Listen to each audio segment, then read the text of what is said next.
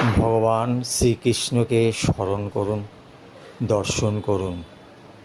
ভগবান শ্রীকৃষ্ণকে স্মরণ দর্শনের মাধ্যমে অনেক অনেক দুর্ভোগ দূর হয়ে যায়।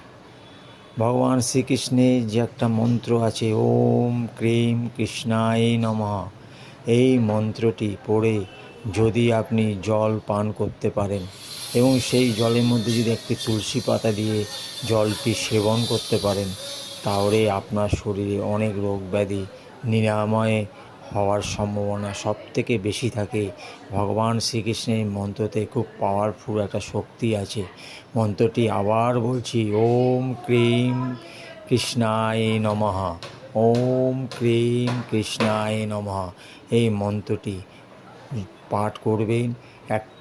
এক গ্লাস জল নেবেন, সেখানে একটা তুলসী পাতা নেবেন, নিয়ে মন্ত্রটি 21 বার পাঠ করে জলটি সেবন করবেন। অনেক